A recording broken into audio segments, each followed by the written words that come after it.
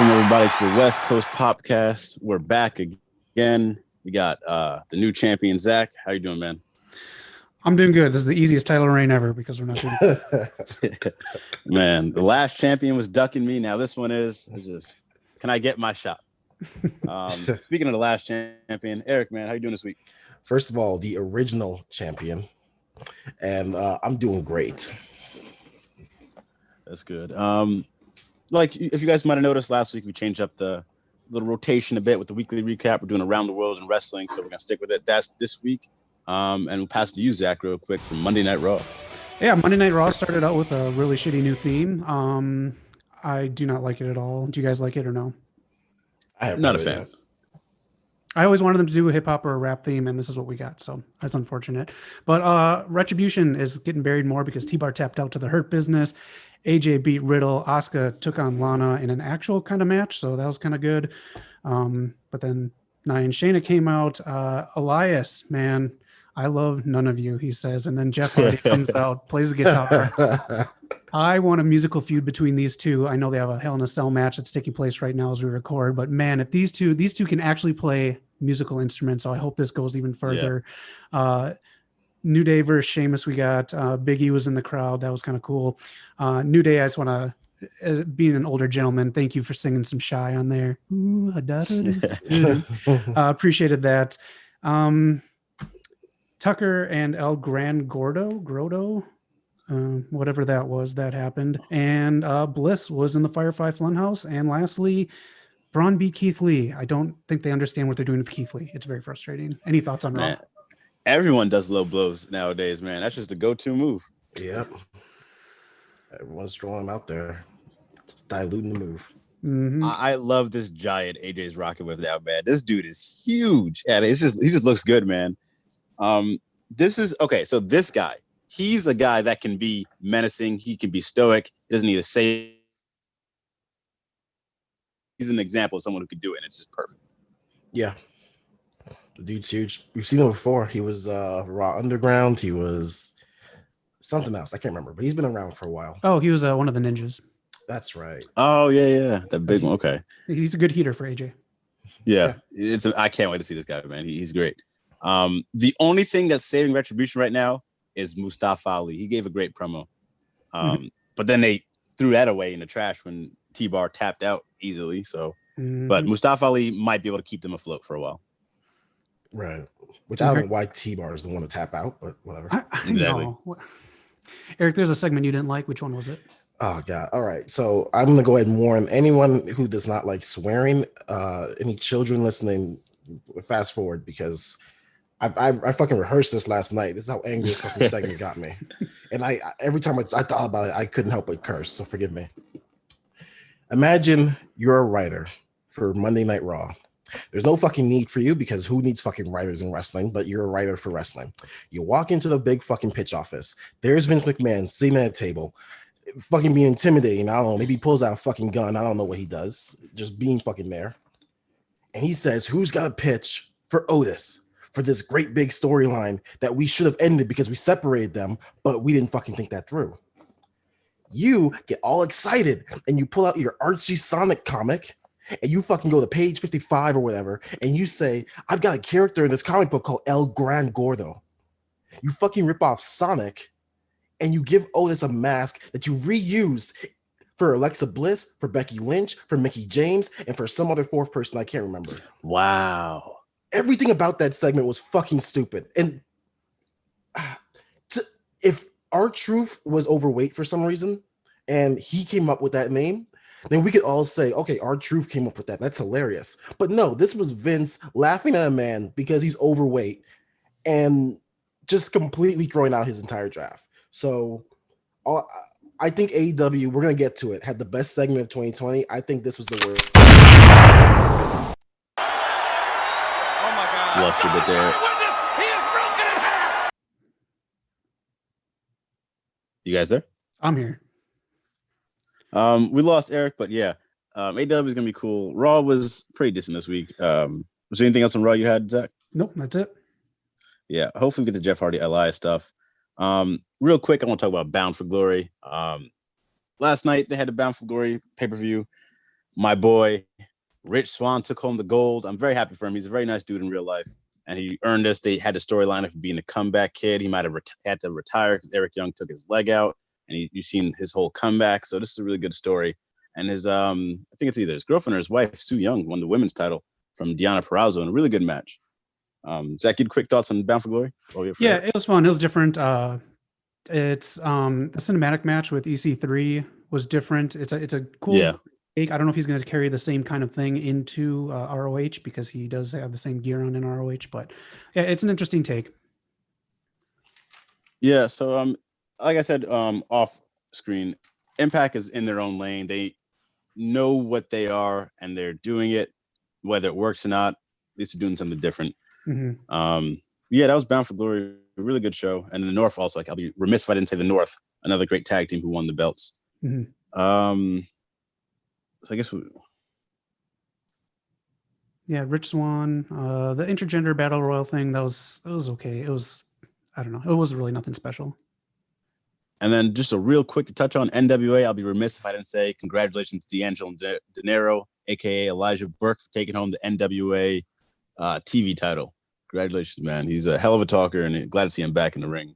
Mm-hmm. Then we can go to NXT real quick. NXT kicked off. Is it the go home show before Havoc next week, right? Correct. Okay. What do you think about NXT? It was fine. It was a go home show, and that was fine. Austin Theory quit. Yeah.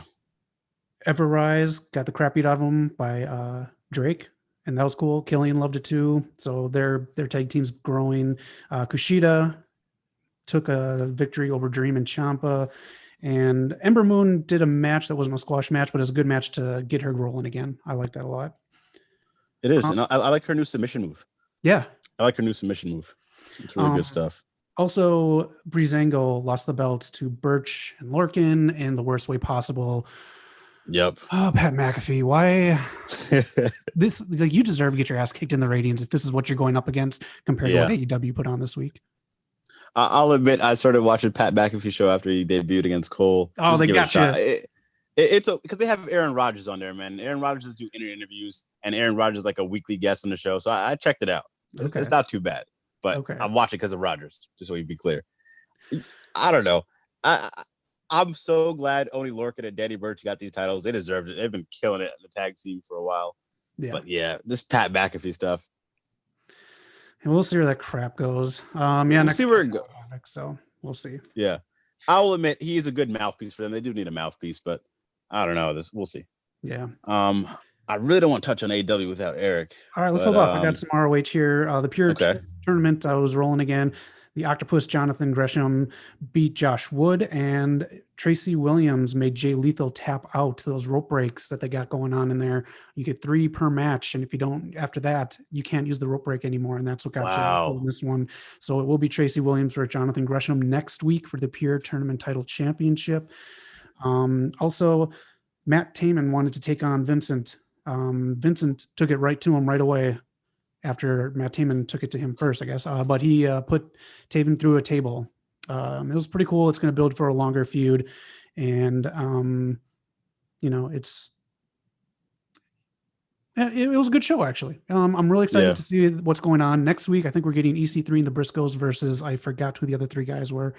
But yeah, and then the main event is going to be the tournament title match. Okay. Yeah, it seems like they're finding their footing again, man. They needed some desperate momentum. Mm-hmm. So that's pretty cool to see. And like I said before, they're going to rebrand after they get back to taping and everything too. Yeah. Since we're waiting for Eric on AEW, that is a hell of a swerve. I thought Jay Lethal would have went into the face. It was, man. My jaw was on the floor for that one, but I think Jay Lethal's trying to put someone else over. But Tracy Williams cannot win this. Jonathan Gresham has to, because if you watch the tournament, there's actual storytelling with why Jonathan Gresham wants to win it. What do you think about his references to Hydra, him being the octopus and stuff? You ever see that mask he wears? Oh yeah, he came out with it and all that. So okay. It's also like a Cthulhu kind of thing too. So I think he really knows his character, which is cool. Yeah. Good guy, man. I didn't get to see SmackDown because SmackDown didn't air on Fox. It aired on FS1, and FS1. Got my DVR guessing, so it didn't record. So if you watch SmackDown, what'd you think of it? There was a few really good highlights. Roman and Jay were the biggest highlight. This storyline feels real. It feels different. It is fresh, and I'm glad they kept it going. So pretty much, Jay, or you think it's Jay, talking to Roman on the TV in a dinner table, talking about the food and how he's going to take the spot from him. And you think it's Jay, but it turns out to be Jimmy. They pulled a swerve, and Jay comes behind and attacks Roman and assaults him. Roman gets all pissed off. He starts saying, you know what? If you won't respect me at this table, then you're out. You don't respect me. If you lose, you're out. So he's going to throw Jay and Jimmy, the rest of their family, their kids, their whole legacy out of the family if Jay quits. So just to add more to that, more layers to this, he said they will be out of the entire family. And I just love it. He's found his groove, man. So it's really cool to see that. They're continuing the Aaliyah stuff with Murphy. The way they're building it, I kind of can see Murphy being the one to tag with Dominic and them going after the tag belts eventually. I think they might become a tag team. That's my kind of guess. Okay. Sasha made Bayley sign the contract by put her through a chair and like kind of put her in submission hold on a chair. So it made her sign it that way. So I think the way I see it, because Bayley might try to pull some, I signed the contract under distress. So if she does lose, I think she might retain, which she might, I can kind of see that. That might be kind of interesting. Okay. So keep that feud going. But that's my guess. Sasha's going to win, but Bayley's going to retain because of that little loophole. Bianca looked strong. It was a good SmackDown. Of course, Shorty G quit. He's done with that. I skipped through that match because, like I said last week, I'm not watching any bullshit with Lars Sullivan. Mm-mm. But Shorty G will now be Chad Gable. Good. So it was a good show. A few really good highlights. All right, and then the last piece of stuff we got here is AEW. What a show. Eric, you want to lead us into this? Oh man, usually we save the best for last, but I can't wait. I fucking love that dinner debonair. That was awesome. That was my pick for at some point when I host, I want us to do like a end of year award episode, and that's my pick for best segment of the year. That was fucking funny. Oh man, it was so out of nowhere, man. So shocking, so different. Zach, how'd you feel about it?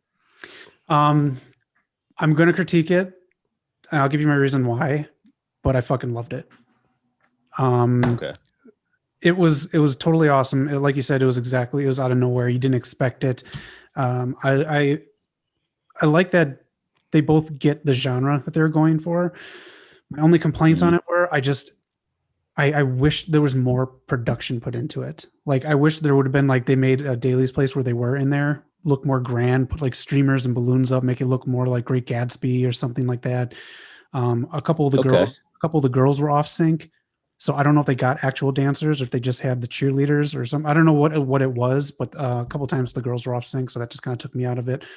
And again, if they did more cinematic stuff, they could have got more like crane shots and then like cut scenes to make it more kind of like the introduction to Family Guy. I get you. But I did get those vibes, like the Stewie and Brian type of stuff. I did get those vibes. Yeah. But I like how they rearranged the songs and everything. And also I can't put anything against them. Chris Jericho came out and addressed the crowd and told them how late they were up putting that thing together and everything. And the reason I critique it is because I love musicals and I know it could have been like this. If it was more grand and everything like that, this would probably be like, I don't know, probably one of the greatest things I've seen in years in wrestling. But again, I made a couple musicals for the stage, wrote, directed, and produced. I know what a pain in the ass it is to do on time constraints and on a shoestring budget, or they obviously don't have a shoestring budget, but you can only do so much when you have the short amount of time, and especially during COVID. So I totally understand why it wasn't as big as I think I wanted it to be. But I love musicals and I love this segment. Okay, that actually helps me with my criticism then. Just that Chris Jericho could wrestle a full match and he's a lead singer of a band, but he looked like he was blown up doing that. Yeah, choreography. Dude, that could have been take 10. We don't know. Yeah. Yeah, I wonder how many takes I did. MJF looked, he was great, man. And I think with Jericho, when you look back at his AEW run this first year, he has matches like the Cody match, Orange Cassidy, some matches with the young guys where you see the wrestling talent. And then you have stuff like the Stadium Stampede and now this segment and a few other segments where you can bring in people who might not even watch wrestling or might not be into it and say, hey, this is kind of cool. Watch it. Like it stood past wrestling. It was just really good to me. I know it could have had more production. I agree with you there. I could see that. But man, they killed it. They committed. Mm-hmm. Yeah. It's just fun. That's what AEW is. Yeah.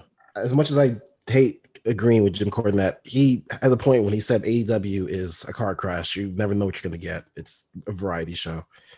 It's fun. Otherwise, a decent show. Sorry. A decent show. I want to talk about I want to talk about Ray Phoenix and Pentagon. I like the match a lot. I know they could do better. There were some moments where it did slow down and I felt they were just a little out of sync, but these dudes are awesome. There's so many spots in here I would love to steal from Ray. There was one moment he's walking on the ropes at Pentagon's arm and he jumps through the ropes and smashes Pentagon's shoulder into the turnbuckle. And I'm like, bro, this is just so good. He did get a neck injury and he won't be able to face Kenny Omega next week. Mm-hmm. But Eric, did you enjoy that match? I did, and I'm trying to figure out, because I think the reason this match could have been better is Excalibur touched on it in commentary that before they became a tag team, they kind of hid the fact they were brothers, like in the wrestling world. And honestly, for a time, I didn't even know they were brothers. And because of that, I don't think they know how to work a match against each other doing the brothers dynamic. Like, okay. I think there were spots where they did remind us, hey, we're brothers and we don't want to hurt each other. But you look at Cody versus Dustin, that whole match, they didn't need spots to remind us. That whole match was that dynamic. Yeah. I think next time they fight each other in America, I'm sure that match works perfectly in Mexico. They should probably ask Dustin or Cody for help. I could see that, to get a little more to story. That'd be left athleticism down, of course. Just a little more to story. I can see that. The other match for the World Title Tournament was Jungle Boy versus Wardlow.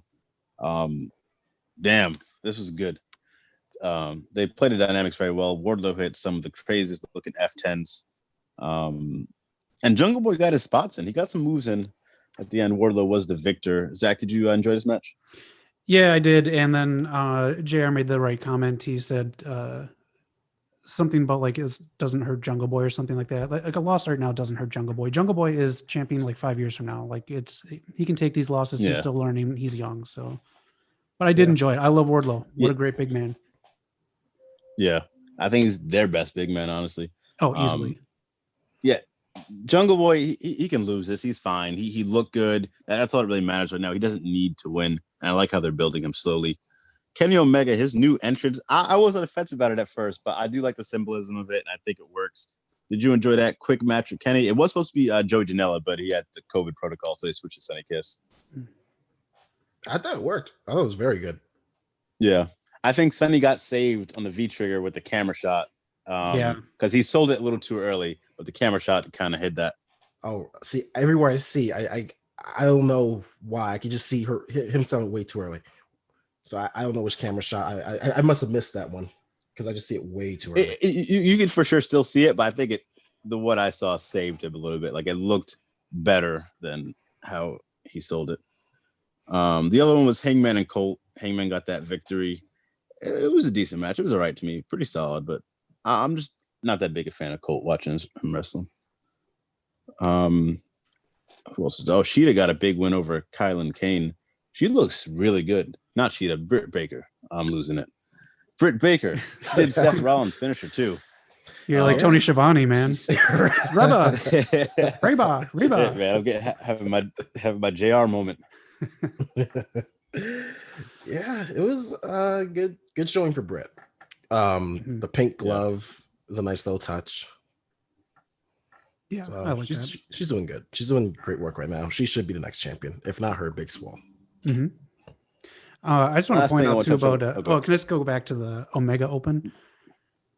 Okay. You guys totally dug this? I did. Yeah, it won me over. Okay. Noc? I didn't at first, but it grew on me. I think again the production it could have been a little better. Okay. I just want two things gone from it. Otherwise, I have no problem with it. Get rid of those damn girls. And Justin Roberts, shut the fuck up. Like just talking all that stupid stuff. This is why I don't take too many people seriously in AEW, because you do all this goofy stuff to negate the fact how serious and like tough they can be.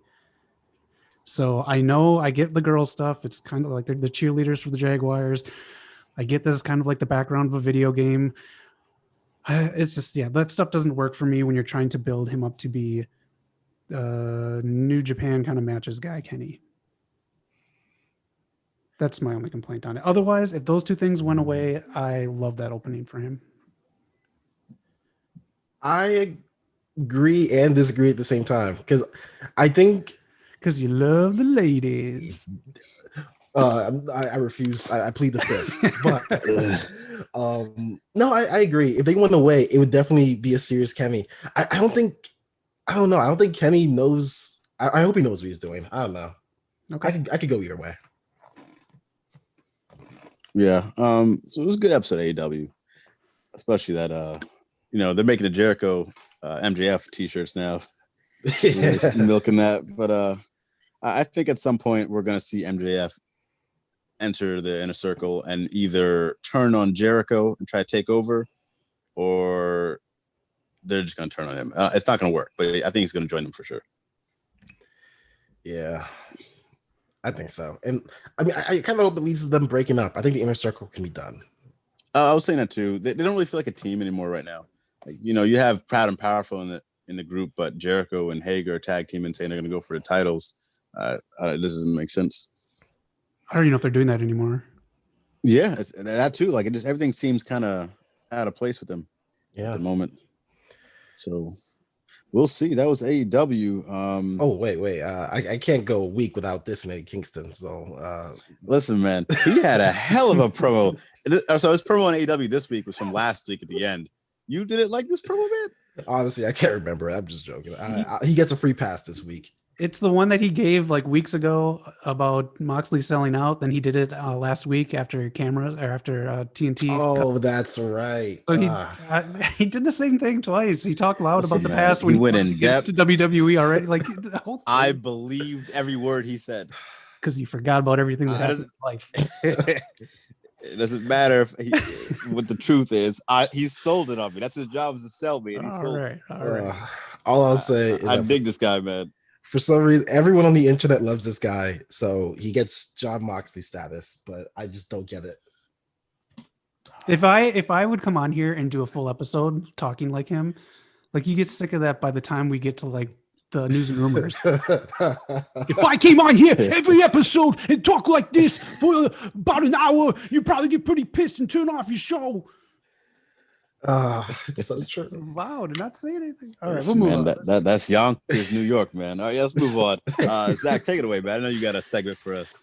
All right, we got a lot of people now having contracts that allow them to go to other promotions. You got Thunder Rosa from NWA in AEW. You got EC3 showing up in Ring of Honor and on Impact.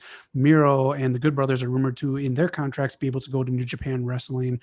We're starting to see a lot more of this now. So I just want to ask you guys if you think it's good, if you think it's bad, if you think it's good for wrestling in general, if you think it's bad for the promotion that they're actually a main part of, with injuries and stuff like that.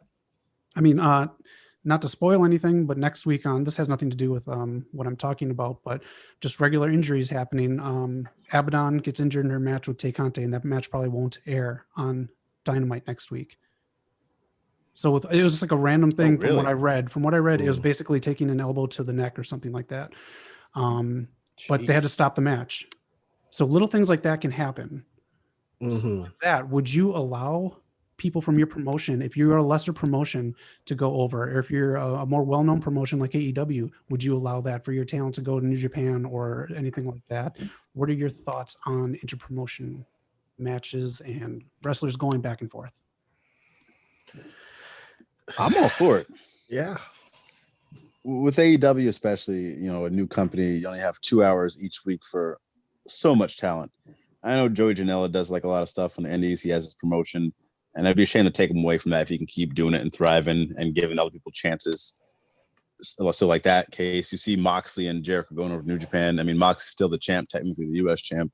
And I just, as big as New Japan, that whole market, you go over there, you wrestle at Wrestle Kingdom. That's huge news. That's media across the board. You You seen Jericho when he was AEW champ, he brought the title over there, defeated Tanahashi. That's huge for the title. Mhm. You know, I know the title wasn't on the line, but that's still you see it on the big stage. So I'm all for it. Okay. Eric, you too? Yeah, I agree. Especially if you are a lesser promotion and AEW is using your talent. I don't know. I could see people wanting to go to your lesser promotion thinking, wow, this guy has a hookup with AEW. Maybe if I impress them, you know, he'll put in a good word for me. So it's just good for everybody around the board. Injuries suck, but Yeah. it's just a part of the business, unfortunately. Would you put stipulations in if they were going to a certain federation? So like if your Thunder Rosa was going to AEW, would you put a stipulation in like no chair shots, no this kind of matches, no this kind of matches, or would you just let them go? Depends how big they are. Oh, you can go. Sorry. If it's my champion, I think the only stipulation I'd have is they can't lose the title. Gotcha. But anyone who's not my champion, I would just tell everyone, listen, you're going over to this other promotion. Please don't get hurt. Because that's all I could say. Just please don't do anything crazy. It's tough because like I see what Eric's saying about that, but like Eric, remember like when All In, Nick Aldis went over there from NWA, lost his belt. And that was like, would you say that worked out though? It did because I should have added this asterisk. You don't lose a title unless we're gonna pay it back. So I think Cody losing on what was it? Was it an NWA show?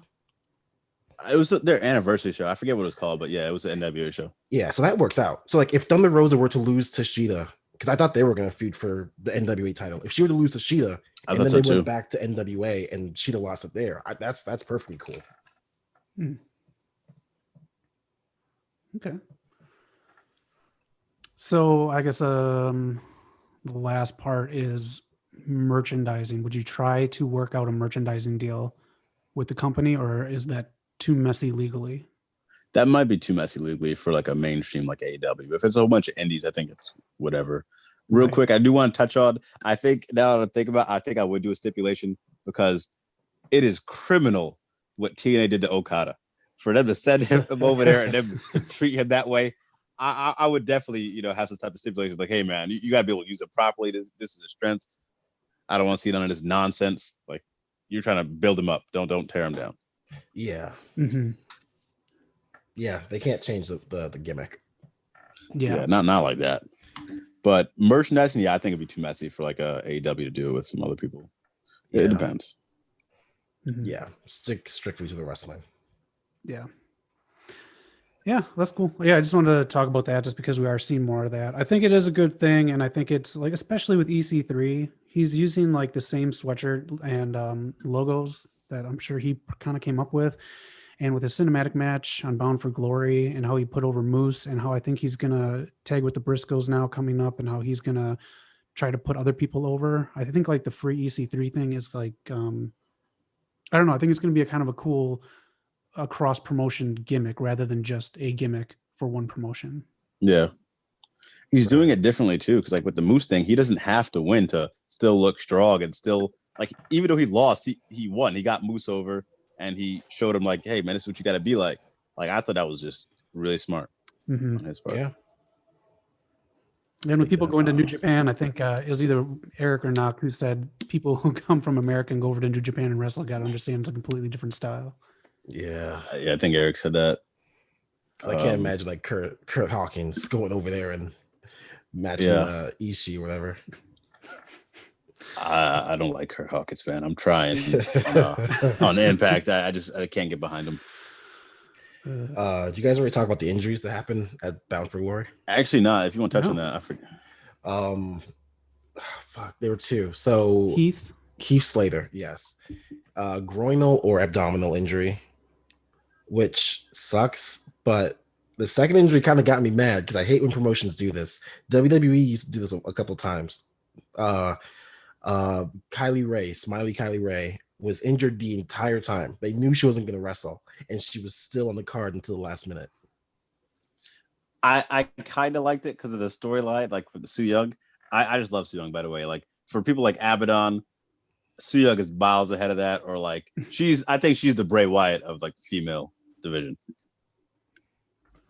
Yeah, I'm glad Su Young got the win. I just hate when promotions still advertise people they know aren't going to be there. I get you with that. That was kind of weird. Yeah.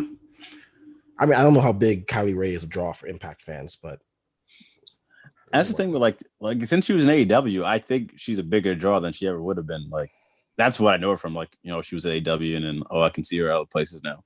But I didn't know her until that match. Yeah, but those are only 2 injuries, thank goodness. Mm-hmm. Okay. And I didn't know what the AEW one. So Abaddon's the one who got injured in AEW? Yeah. Yeah. Mm-hmm. And Alex Reynolds. Oh yeah, that's the big one I saw. He was knocked out. I don't know if you saw. It was the main event. Oh yeah, AEW this last week.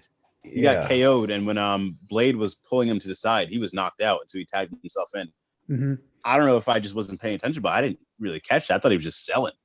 No, so sorry, this is kind of going backwards to the recap, but there are 2 things that came out of that AEW should really learn from. Number one, he was on that floor for way too long without the ref noticing. I know it was chaos at that time, but the dude was just laying there. The ref should have done something faster. But Alex Reynolds tweeted out that he was okay with it. He doesn't blame anybody. It just happens. But be faster next time. And second, I hope Private Party learns from this, because I'm sure they've done that move before. But when you do it, you don't aim that high. Like, I think Cassidy was the one who did the leg drop, and Quinn did like the body slam on the body. Quinn was way too high. He didn't give Cassidy any room to not land on his neck. So I hope next time they look at that tape and realize you did not go that high for that move. Yeah, completely agree. Yeah, still a really good show, but it was kind of cool to see John Silver and Alex Reynolds in the main event, considering all the hype they've been getting. Man, they've been put over to the moon. I don't see how, but yeah. I do not find them funny. I'm just saying that right now. Not my sense of humor. I go back and forth, but people find him very funny. I sat through the entire shot of Brandy with him on it, and I wanted to throw him in the air fryer. I couldn't do it. That's another New Yorker, man. Oh man. But yeah, Eric, you got a segment for us? That I do. So it's a hypothetical. So I'm gonna up it a little bit since Paul isn't here, but here's a hypothetical I got for you guys. The year's 2020, and we just find out Dana White has been elected president of the United States. Now he's trying to get rid of all competition for the UFC. So professional wrestling is now illegal as of midnight tonight. You get the chance to book the last professional wrestling pay-per-view, a 5-match card. It was going to be 3, but since Paul's not here, we can up it to 5. What are your matches and segments? It could be whatever match, whatever segment. It has to be current day wrestlers. So if you pick Taker, you're picking Taker today. Oof. So okay. I think I got my 5. Go ahead. Opening match, I'm going Sasha, Bailey versus Trish and Lita. I'm going to follow that up with Ultimate X match. I'm putting 6 guys in there. I'm putting Phoenix, Bandito, Pentagon, Rey Mysterio, Amazing Red. No, not Amazing Red. Ricochet and Will Ospreay. That's my 6 guys for the next match. The third match, another women's match. I'm going Charlotte versus Tessa. Any women's title. My 4th match, I'm going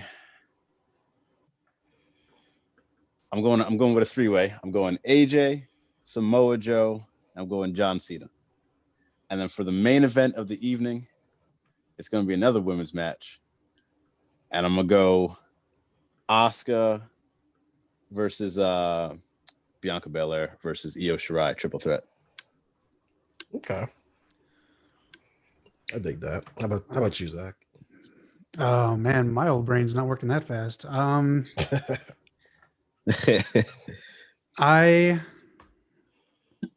main event would be Charlotte versus Bianca versus Io versus Britt Baker.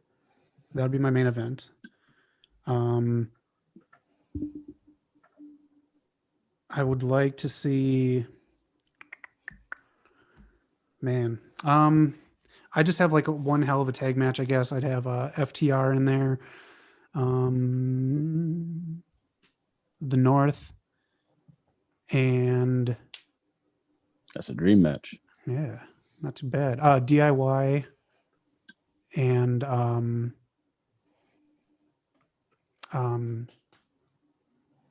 Fish and O'Reilly. Okay. I'd also try to put. I just say fuck it and do it. Bray Wyatt, Demon Balor, today's Undertaker. Fine, they can just lay him out. Oh man, am I missing like a demon character or anything like that? Aleister Black. I'd put him back to old Aleister Black. And Karrion Kross. Karrion Kross. I'd put in there, and what the hell, throw Darby Allin in there too. And I just have it be like an open stadium match, kind of. Things can happen anywhere. Okay. Yeah, I like that. I would like to see Cody versus Vince. Nice. And I guess for an opening match, I think I'd put Jungle Boy versus Ricochet. Okay. Yeah. Maybe add. I wonder if they've actually faced before. Yeah. Oh, yeah. I'll just keep those two. I don't want to add too many more people to the mix. Eric, can I make a change to my card? Go ahead. I was wrong in saying AJ Styles versus Samoa Joe for Cena. I'm taking Cena out and putting Okada. I can't have him off my card. God, woo. It'll be Okada versus AJ Cena. versus Joe. I was trying to spitball fast and he came to mind. Okay. But Okada. I dig them both. All right. First one, Ospreay versus Ricochet. Something to wake the crowd up, like caffeine shot. Second match, every single comedy wrestler there is today. R-Truth. Who else is there? Are there really a lot? Like Drake Maverick. Yeah, Drake Maverick. Drake. Marco Stunt. Boy, Shark Boy. Marco Stunt. Nakazawa. Anyone that does comedy and wrestling. Oh, fuck Nakazawa. I would take them all and put them in a battle royal, and they could take whatever props they want out there, whatever they want, and just completely fuck around. Oh, that's smart. Just to have fun that last night of wrestling. Third match. I feel bad because I don't think I'm gonna have any women wrestling, but I really should. Volter versus Jordan Devlin, just for the hell of it. Fourth match.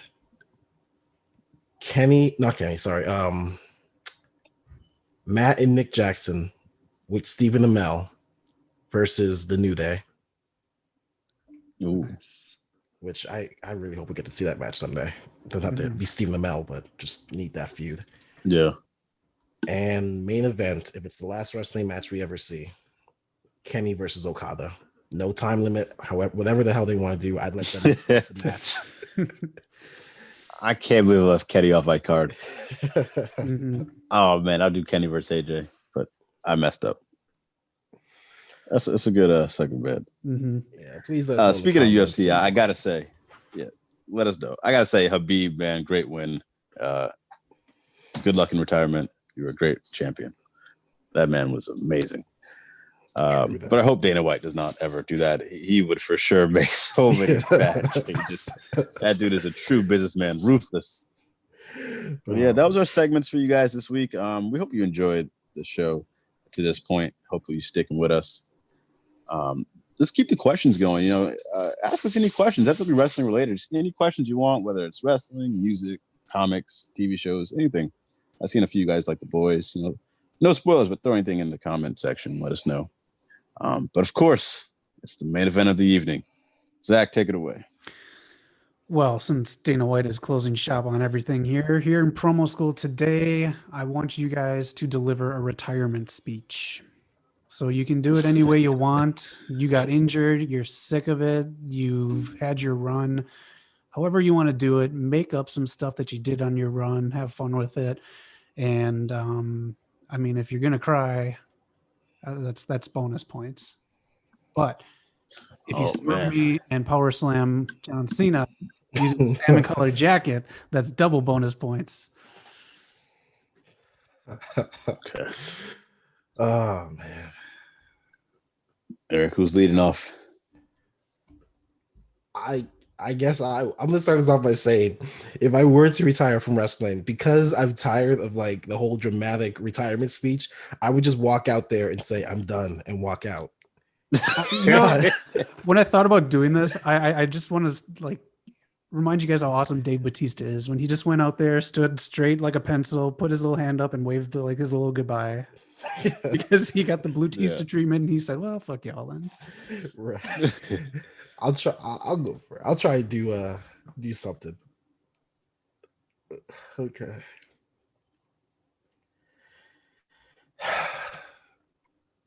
365 days I have worked my ass to the bone for you people. I come out here every day, every week. If it's not here, it's in New Japan. If it's not New Japan, it's in Italy. If it's not Italy, it's in France. I hate France. I hate wrestling in France. They don't know how to wrestle, especially Mexico. They wrestle to the left. Wrestle to the right, for God's sake. But you people take me for granted. I took a chair shot last week. You people cheered. I got thrown through a table. You people cheered. My wife was at home watching me. My second wife was at home watching me, and they both cried. I am done with this. I'm done with you people. I'm done with this sport. I'm done with you marks. I am done. So the next time you see me, it's going to be on FX1 talking about everything that this company is doing wrong. I quit. I just walk out. Yeah. Nice. Okay. I promised myself I wouldn't cry. When I came in here as a young man with my tag team partner, Eric, we said we were going to take over, and we did. We became the 10-time tag team champions. And then I stabbed them in the back. I know you guys remember that. One of my world title wins. But I'm here to tell you, I just won big. I won big. Not my world title, but I just got that new movie role. I'm leaving. Hollywood's calling. I'll see you guys later. Peace out. Oh man. It'd be like Fast 20 by the time that happens. Fucking moon. If that's how he went out, I would have loved that. I don't remember his. I don't think he's ever done a retirement speech. Damn, he should have. Speaking of which, you just debuted on Impact as the inducting Ken Shamrock. That's right. Oh yeah. You know, Vince was just hating that, but can't do shit. Probably, yeah. Very nice. In the comments, in the comments, let us know your favorite retirement speech on there, with those Edge or Daniel Bryan's first one, Mark Henry, whatever, man. A lot of good ones on there. Yeah. Daniel Bryan did recently say this is his last full-time run, so yeah, not too much of Daniel Bryan coming soon. So hopefully they book him right and let him go out strong. Yeah. That was our show for you guys. Eric, you got any final things to say? Yeah. I don't know if you guys covered it earlier, but please do check out Hollywood Championship Wrestling. They are doing their 8-man tournament. Peter Avalon, the librarian, is in it. Boo him, cheer him, just watch the show. Support it. Yeah, that golden arch, that single leg crab he does, man. Some solid stuff. Zach, any final thoughts you want to say? No, just keep liking and subscribing. Leave comments. Like, we want all your feedback and everything, and just try to help us grow, because we love doing this stuff. Yeah, we're having a good time. We got some tier lists coming up for you. We got some really special tier lists coming up for you. So stay tuned next week. I'm telling you, you don't want to miss it. Of course, the predictions title is still going to be in the line. We didn't do one this week, but we will get one out there for you guys. We'll take Zach's belt. The podcast upload every Monday. Follow us on Instagram, Twitter. Zach, where can they find us? This week they can find us trick-or-treating, oh yeah, up and down the streets, masked ghosts, ooh, too hot to handle, too cold to hold. Hopefully we get some Slim Jims, ooh yeah. Play the damn music.